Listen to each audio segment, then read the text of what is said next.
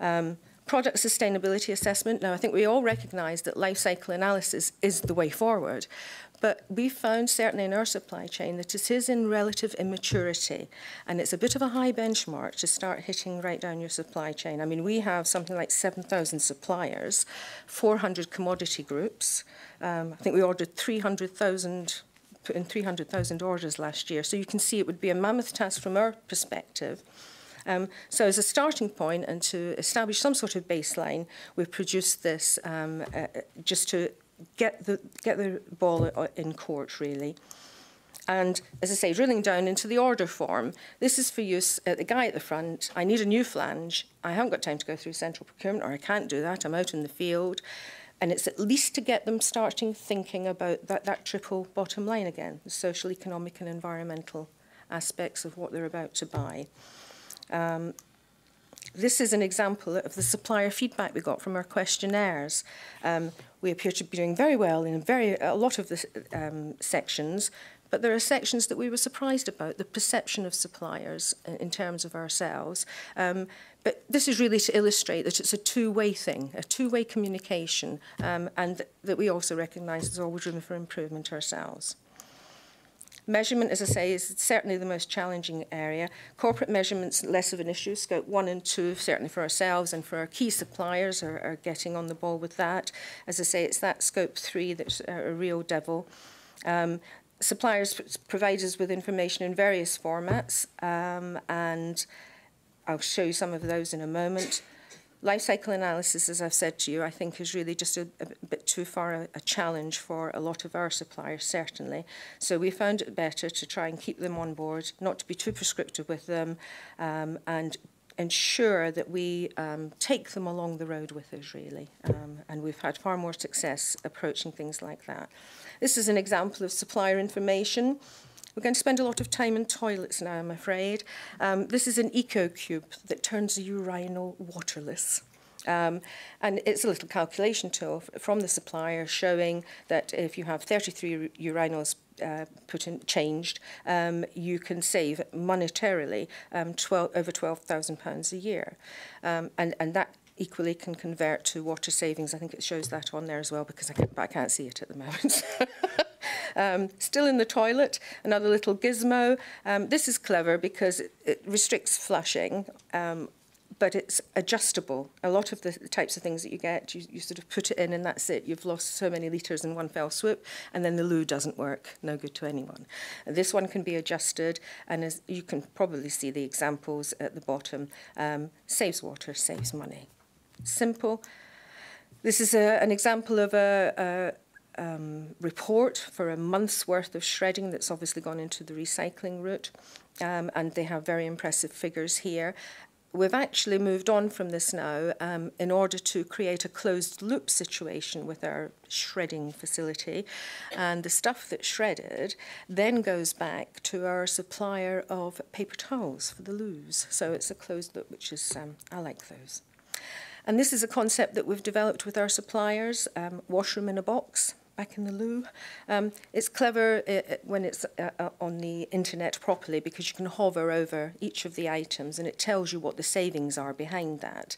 And it can be used as a shopping basket of goods or individually, but we've found that very, very successful. And of course, all of these things, whether they be small or big, the magnitude of them can actually have major impact when they're taken on, even if it's on a rolling programme, both in terms of monetary savings and carbon, water, whatever the issue is that you're addressing.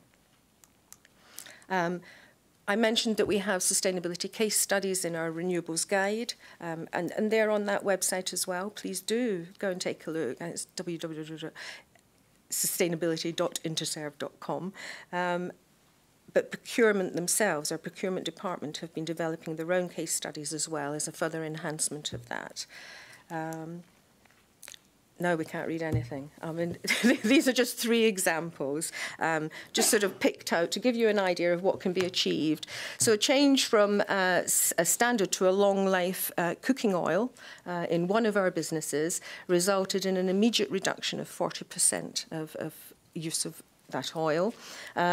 Collection by one supplier then resulted, and it being converted into biodiesel, then gave us free collections, a saving of 7 tonnes of carbon in the first 6 months, and this is in one area of the business. And again, another closed-loop story has been created because that biodiesel is going back into the food fleet that delivers to our contracts. So that's sort of a nice one. The next one, small but perfectly formed, trial of a gizmo for a vending machine. That was mentioned earlier about having timers and not wasting electricity on that. This is actually a traffic flow monitoring gizmo, and it adjusts the vending machine accordingly, and therefore it doesn't take so much energy to get it to its required levels. And we discovered, trialling it in our own office, one gizmo, one machine, 1 week, saving of 46% power, 851 kilograms of carbon. And it's got a payback in 9.3 months. So again, small, but you can imagine that multiplied many times.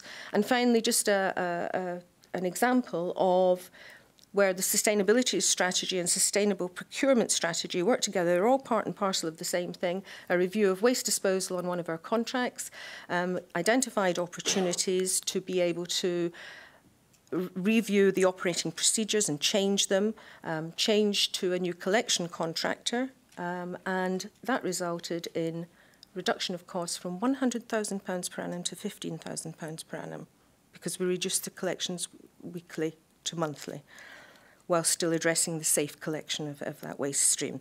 So that's quite impressive. There's a myriad of such examples. Oh, it doesn't like me. There we go. So sorry. Thank you. And a final example about that supplier engagement that I talked about. The water treatment company that we were dealing with, when we first asked them sustainability questions, we don't do anything. No, we don't. And actually, they most certainly did. I'm sorry, did you think I was falling? When we reviewed it with them, they were doing lots of good things. And I'm happy to report that since we've been working with them, and we continue to do so, that they're now 14,001 registered. They're now the marketer of Bactisol, which is this fantastic water treatment that results in a reduction in the use of water because there's less need to flush whole water systems. So that's had, you know, it's a win-win-win really all down the line. So, in terms of procurement, innovation all the time. We've produced our own sustainable procurement product guide, which we hold on our intranet, accessible by all our employees, and we continue to work with that supply chain with some success. Just touching on the sustainability benefits, there are a myriad of them, particularly if you look at sustainable development as a whole. And I personally believe that is the correct way to do it. You need a holistic approach to sustainability, and then you address all these issues that we've just been talking about, focusing either just on carbon or indeed, dare I say, just on environmental things is A, not the right thing to do, in my opinion, but B, it negates the opportunity to address several issues in one fell swoop, or indeed solve one problem by addressing another, like the NHS example I think we had about employees, you know, increasing the health of an area by facilitating greater employment in that area because the people were, you know, poor in comparison. So, and that seems to have worked. And I think that's exciting if we look at the whole thing as a whole.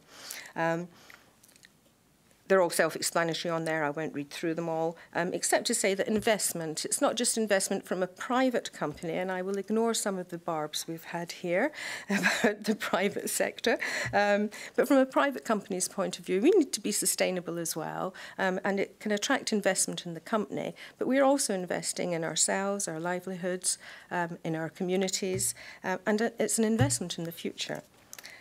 Finally, get off of one of those hooks. Just a statement, really, which, again, I won't read out to you in full, but I think it quite clearly demonstrates that commercially and ethically we can succeed if we follow a sustainable development route. And finally, for those tree huggers amongst us, it is the right thing to do.